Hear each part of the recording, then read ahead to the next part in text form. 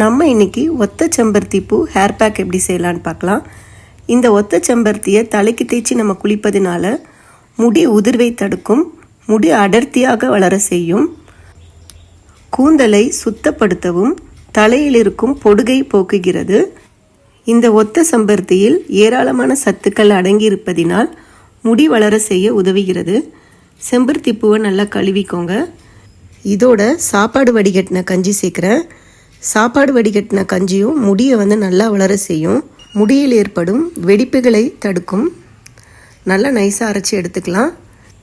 இந்த 2 பொருளுமே முடியை நல்லா அடர்த்தியாக வளர செய்ய உதவுது.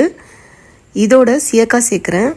சீயக்காய் சேர்க்க விருப்பம் இல்லாதவங்க நீங்கள் என்ன ஷாம்பு யூஸ் பண்ணுறீங்களோ அதை கொஞ்சமாக சேர்த்துக்கோங்க. வாரம் ஒரு முறை தலைக்கு தேய்ச்சி குளிங்க, முடி பார்க்க நல்லா ஷைனிங்காக இருக்கும். இந்த வீடியோ பிடிச்சிருந்துச்சுன்னா சப்ஸ்கிரைப் பண்ணுங்கள். நன்றி.